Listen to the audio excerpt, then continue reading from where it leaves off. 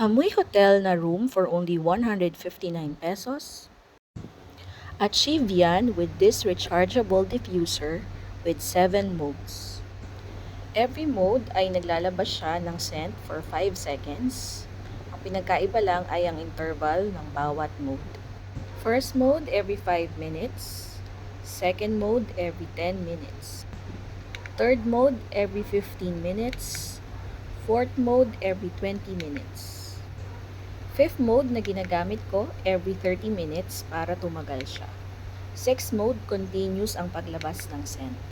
At seventh mode naman, walang scent na lumalabas, nag-iiba-iba lang siya ng ilaw. There are several scents to choose from, but my personal favorite is Shangri-La. Amoy vanilla powder siya. And the next one is Hilton.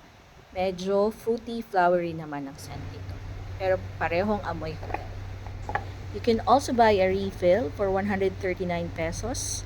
That's already 250 ml or 50 bottles na refill. May kasama na siyang nozzle sa dulo.